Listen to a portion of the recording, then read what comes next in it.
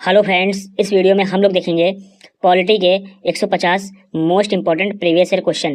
दोस्तों, अगर आप किसी भी कॉम्पिटिटिव एग्जाम की तैयारी कर रहे हैं तो ये वीडियो आपके लिए बहुत इंपॉर्टेंट होने वाला है, क्योंकि इस वीडियो में सभी मोस्ट इंपॉर्टेंट और प्रीवियस ईयर क्वेश्चन को कवर किया गया है जो आपके एग्जाम के लिए बहुत इंपॉर्टेंट है। तो वीडियो को बिना स्किप किए पूरा देखिए। तो चलिए शुरू करते हैं। क्वेश्चन नंबर फर्स्ट है, संविधान सभा के संवैधानिक सलाहकार कौन थे? मोस्ट इंपॉर्टेंट है क्वेश्चन दोस्तों। संविधान सभा के संवैधानिक सलाहकार कौन थे? तो BN राव संविधान सभा के संवैधानिक सलाहकार थे। इंपॉर्टेंट रहेगा, इसको याद रखिएगा। अगला क्वेश्चन है, संविधान सभा के पहले सत्र का आयोजन कब हुआ था? दोस्तों, संविधान सभा के पहले सत्र का आयोजन हुआ था 1946 ईस्वी में। ठीक है, इसको याद रखिएगा, इंपॉर्टेंट रहेगा। अगला क्वेश्चन है, विश्व का सबसे लंबा लिखित संविधान किस देश का है? दोस्तों, विश्व का सबसे लंबा लिखित संविधान है भारत का। इंपॉर्टेंट रहेगा, इसको याद रखिएगा। अगला क्वेश्चन है, भारतीय संविधान सभा में कुल महिला सदस्य थी? दोस्तों, भारतीय संविधान सभा में कुल महिला सदस्य संख्या थी 15। इंपॉर्टेंट रहेगा, इसको याद रखिएगा। अगला क्वेश्चन है, प्रधानमंत्री को पद एवं गोपनीयता की शपथ कौन दिलाता है? दोस्तों, प्रधानमंत्री को पद एवं गोपनीयता की शपथ दिलाता है राष्ट्रपति। अगला क्वेश्चन है, कौन से प्रधानमंत्री एक भी दिन संसद नहीं गए? दोस्तों, चौधरी चरण सिंह एक भी दिन संसद नहीं गए। ठीक है, तो इसको याद रखिएगा, इंपॉर्टेंट रहेगा। अगला क्वेश्चन है, संविधान दिवस कब मनाया जाता है? दोस्तों, संविधान दिवस मनाया जाता है 26 नवंबर को। अगला क्वेश्चन है, भारतीय संविधान के जनक के रूप में किसे जाना जाता है? दोस्तों, डॉक्टर भीमराव अंबेडकर को संविधान के जनक के रूप में जाना जाता है। अगला क्वेश्चन है, भारतीय संविधान को कब अपनाया गया था? दोस्तों, 26 नवंबर 1949 को भारतीय संविधान को अपनाया गया था। अगला क्वेश्चन है, भारतीय संविधान की अस्पष्टता उन्मूलन किस अनुच्छेद में है? दोस्तों, भारतीय संविधान की अस्पष्टता का उन्मूलन है अनुच्छेद 17 में। इंपॉर्टेंट रहेगा, इसको याद रखिएगा। अगला क्वेश्चन है, भारतीय संविधान के मसौदा समिति में सदस्यों की संख्या कितनी थी? दोस्तों, भारतीय संविधान के मसौदा समिति में सदस्यों की संख्या थी 7। अगला क्वेश्चन है, आपातकाल के दौरान मौलिक अधिकार का निलंबन किस देश के संविधान से लिया गया है? दोस्तों, ये लिया गया है जर्मनी से। ठीक है, तो इसको याद रखिएगा, आपातकाल के दौरान मौलिक अधिकार का निलंबन जर्मनी के संविधान से लिया गया है। अगला क्वेश्चन है, मौलिक अधिकारों में संशोधन का अधिकार किसको है? दोस्तों, मौलिक अधिकारों में संशोधन का अधिकार है संसद को। ठीक है, तो इसको याद रखिएगा, इंपॉर्टेंट रहेगा।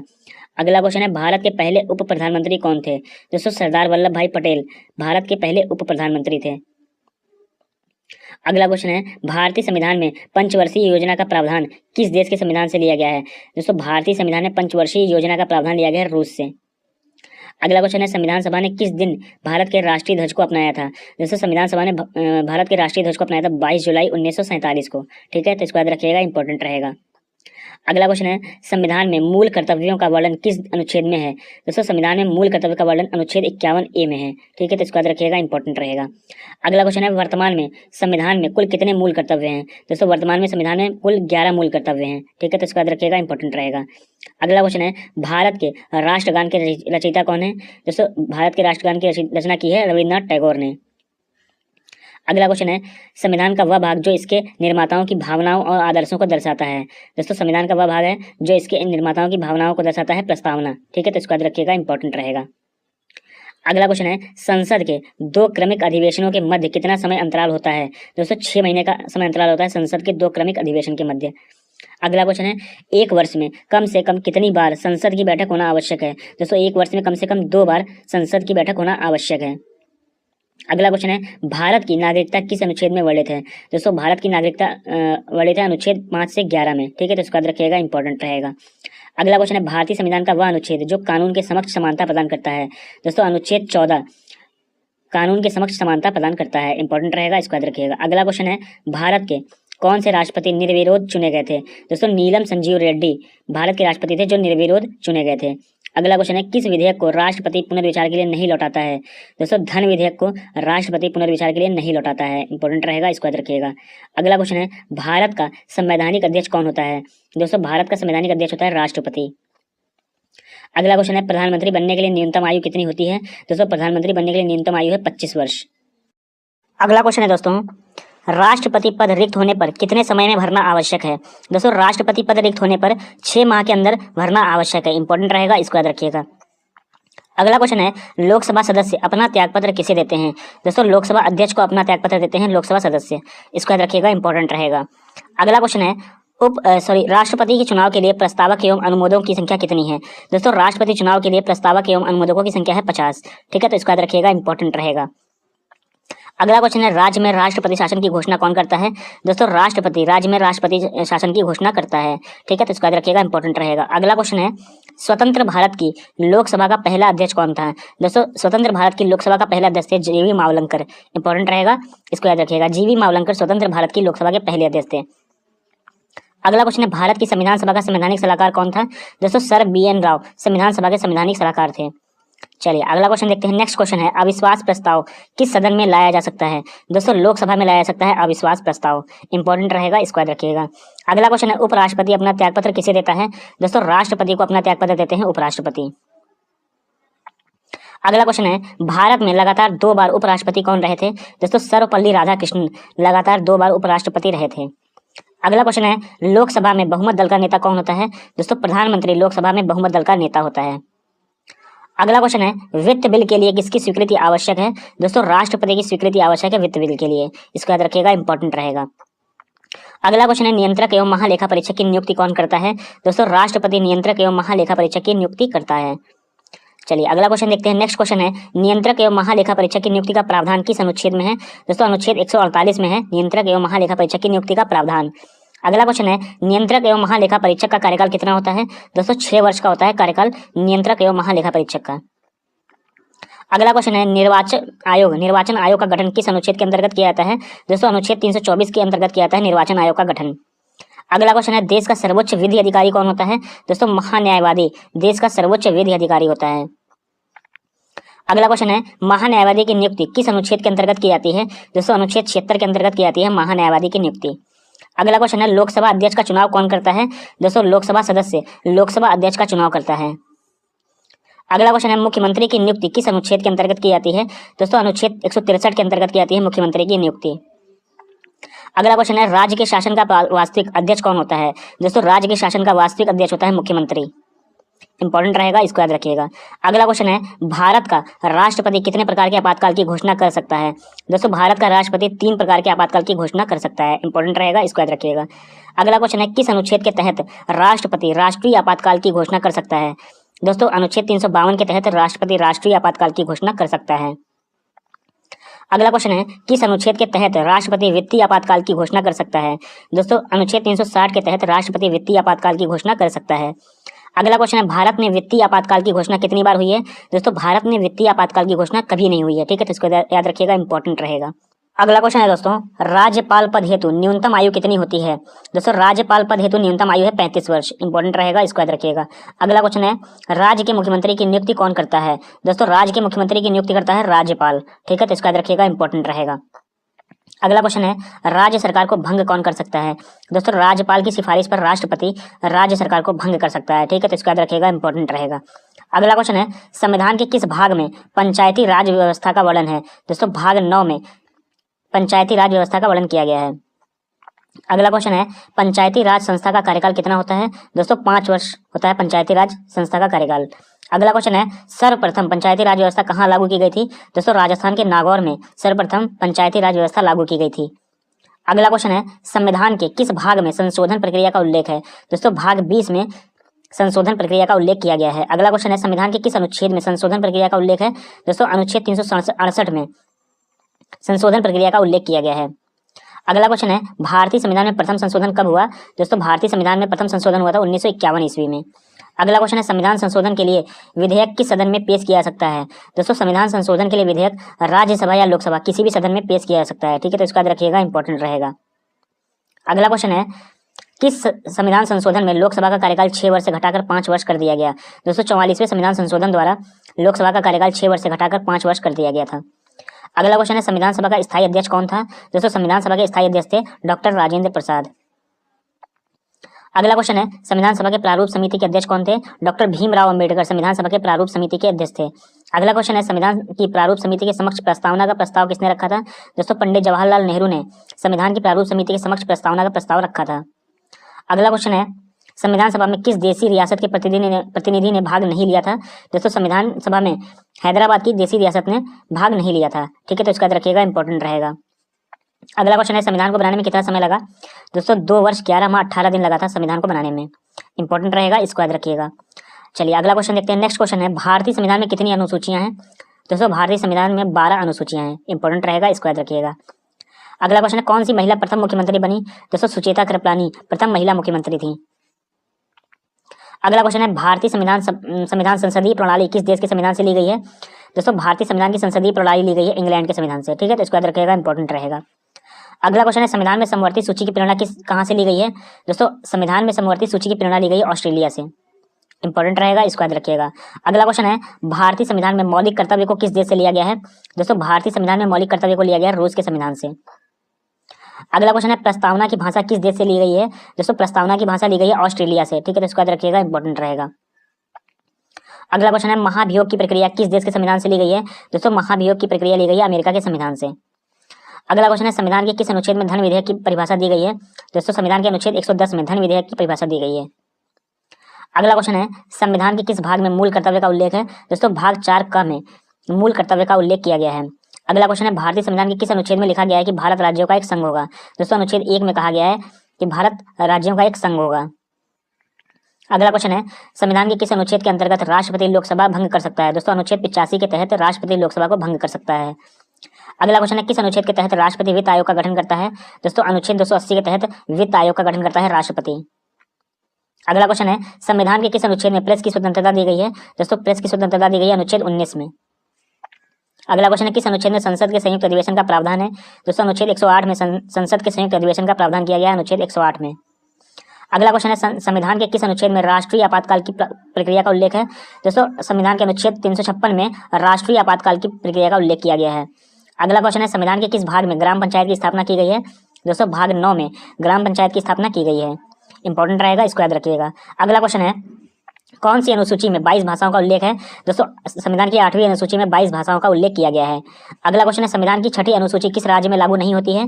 दोस्तों मणिपुर राज्य में संविधान की 6ठी अनुसूची लागू नहीं होती है, ठीक है, तो इसको याद रखिएगा, इंपॉर्टेंट रहेगा।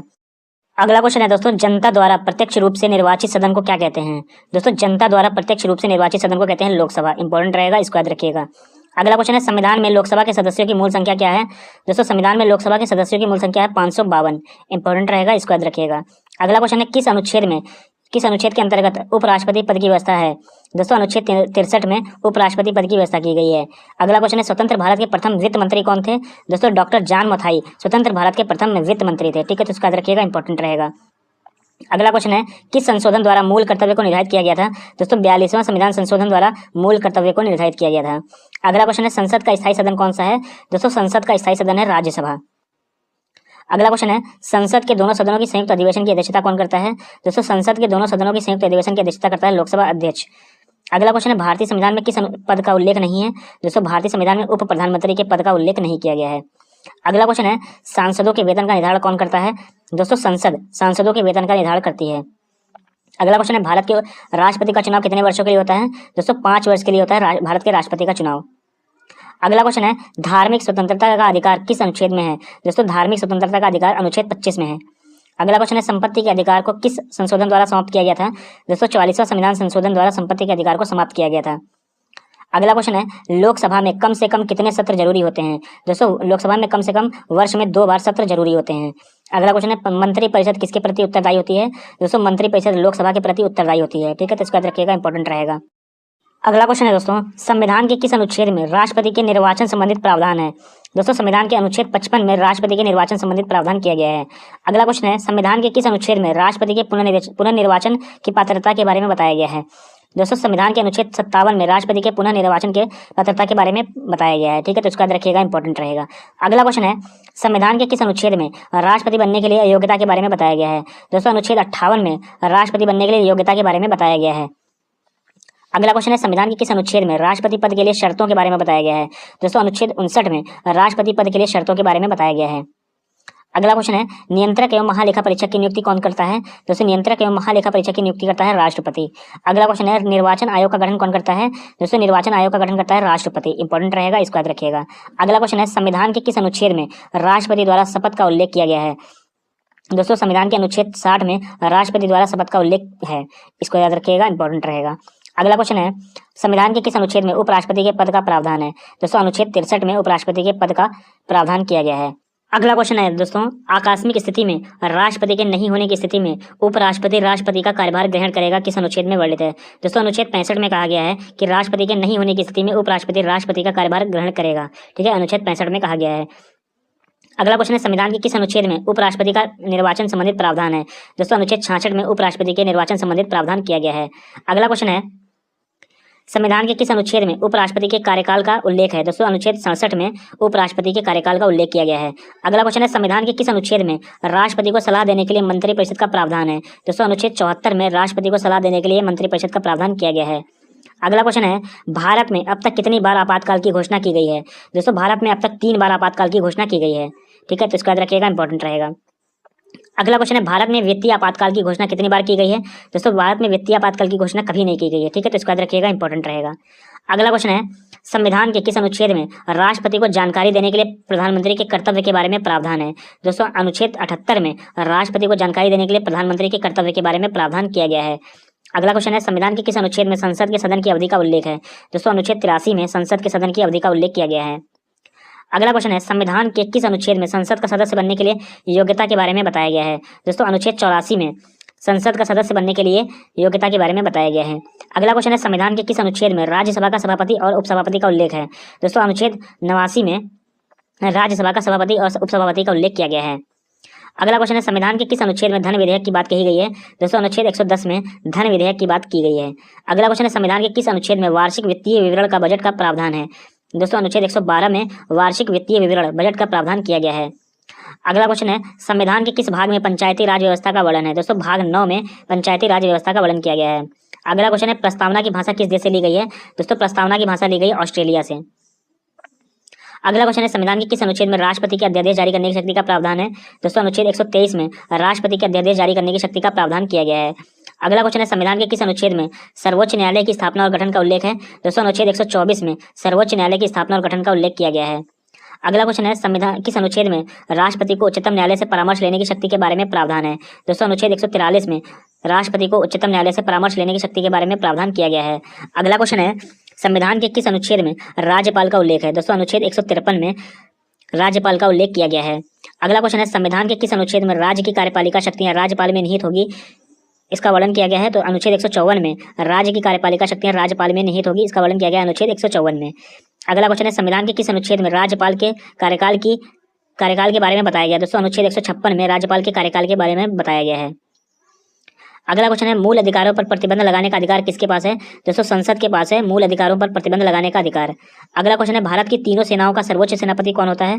दोस्तों राष्ट्रपति भारत की तीनों सेनाओं का सर्वोच्च सेनापति होता है। अगला क्वेश्चन है, संविधान के किस अनुच्छेद में राज्य का महाधिवक्ता के बारे में बताया गया है? दोस्तों अनुच्छेद 165 में राज्य के महाधिवक्ता के बारे में बताया गया है। अगला क्वेश्चन है, संविधान के किस अनुच्छेद में राज्यपाल को जानकारी देने के लिए संबंध में मुख्यमंत्री के कर्तव्य के बारे में उल्लेख है? दोस्तों अनुच्छेद 167 में राज्यपाल को जानकारी देने के संबंध में मुख्यमंत्री के कर्तव्य के बारे में बताया गया है। अगला क्वेश्चन है, संविधान के किस अनुच्छेद में राज्यों के विधानमंडलों के गठन का प्रावधान है? दोस्तों अनुच्छेद 168 में राज्यों के विधानमंडलों के गठन का प्रावधान किया गया है। अगला क्वेश्चन है, संविधान के किस अनुच्छेद में राज्यों के उच्च न्यायालय का प्रावधान है? दोस्तों अनुच्छेद 214 में राज्यों के लिए उच्च न्यायालय का प्रावधान किया गया है। अगला क्वेश्चन है, संविधान के किस अनुच्छेद में विधान परिषद का सभापति और उपसभापति के बारे में बताया गया है? दोस्तों अनुच्छेद 182 में विधान परिषद का सभापति और उपसभापति के बारे में बताया गया है। अगला क्वेश्चन है, संविधान के किस अनुच्छेद में विधान परिषद का उपसभापति और सभापति के तौर पर कार्य करने की शक्ति का प्रावधान है? दोस्तों अनुच्छेद 184 में कहा गया है कि विधान परिषद का उपसभापति सभापति के तौर पर कार्य करने की शक्ति का प्रावधान किया गया है। अगला क्वेश्चन है, राष्ट्रपति पर महाभियोग की प्रक्रिया किस देश से ली गई है? दोस्तों राष्ट्रपति पर महाभियोग की प्रक्रिया ली गई है अमेरिका के संविधान से। अगला क्वेश्चन है, राष्ट्रपति अपना त्यागपत्र किसे देते हैं? दोस्तों राष्ट्रपति अपना त्यागपत्र देते हैं उपराष्ट्रपति को। अगला क्वेश्चन है, संविधान के किस अनुच्छेद में राज्य विधानमंडल का सचिवालय के बारे में बताया गया है? दोस्तों अनुच्छेद 187 में राज्य विधानमंडल के सचिवालय के बारे में बताया गया है। अगला क्वेश्चन है, कौन सा अनुच्छेद राज्य विधानमंडल के वार्षिक वित्तीय विवरण के बारे में बताता है? दोस्तों अनुच्छेद 202 राज्य के विधानमंडल के वार्षिक वित्तीय विवरण के बारे में बताता है। अगला क्वेश्चन है दोस्तों, किस अनुच्छेद में उच्च न्यायालय के न्यायाधीश की नियुक्ति और उनके पद की शर्तों के बारे में प्रावधान है? दोस्तों अनुच्छेद 217 में उच्च न्यायालय के न्यायाधीश की नियुक्ति और उनके पद की शर्तों के बारे में बताया गया है। अगला क्वेश्चन है, किस अनुच्छेद में 2 या अधिक राज्यों के लिए एक ही उच्च न्यायालय की स्थापना के बारे में बताया गया है? दोस्तों अनुच्छेद 231 में कहा गया है कि 2 या अधिक राज्यों के लिए एक ही उच्च न्यायालय की स्थापना के बारे में प्रावधान है। अगला क्वेश्चन है, संविधान के किस अनुच्छेद में भारत की संचित निधि का उल्लेख है? दोस्तों अनुच्छेद 266 में भारत की संचित निधि का उल्लेख है। अगला क्वेश्चन है संविधान के किस अनुच्छेद में वित्त आयोग का प्रावधान है? दोस्तों अनुच्छेद 280 में वित्त आयोग का प्रावधान किया गया है। अगला क्वेश्चन है संविधान के किस अनुच्छेद में अखिल भारतीय सेवाओं का उल्लेख है? दोस्तों अनुच्छेद 312 में अखिल भारतीय सेवाओं का उल्लेख है। अगला क्वेश्चन है संविधान के किस अनुच्छेद में संघ और राज्यों के लिए लोक सेवा आयोग का उल्लेख है? दोस्तों अनुच्छेद 315 में संघ और राज्यों के लिए लोक सेवा आयोग का उल्लेख किया गया है। अगला क्वेश्चन है संविधान में लोकसभा सदस्यों की मूल संख्या क्या है? दोस्तों संविधान में लोकसभा के मूल सदस्यों की संख्या है 552। अगला क्वेश्चन है राज्यसभा का पदेन सभापति कौन होता है? दोस्तों राज्यसभा का पदेन सभापति होता है उपराष्ट्रपति।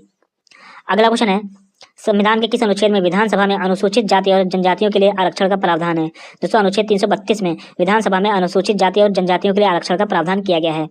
अगला क्वेश्चन है संविधान के किस अनुच्छेद में अनुसूचित जाति SC के बारे में प्रावधान है? दोस्तों संविधान के अनुच्छेद 341 में अनुसूचित जाति यानी SC के बारे में प्रावधान किया गया है। दोस्तों ये थे आपके 150 most important previous year question. I hope आपको वीडियो पसंद आई होगी। वीडियो को लाइक कर दीजिएगा, शेयर कर दीजिएगा, चैनल को सब्सक्राइब कर लीजिएगा। Thanks for watching this video.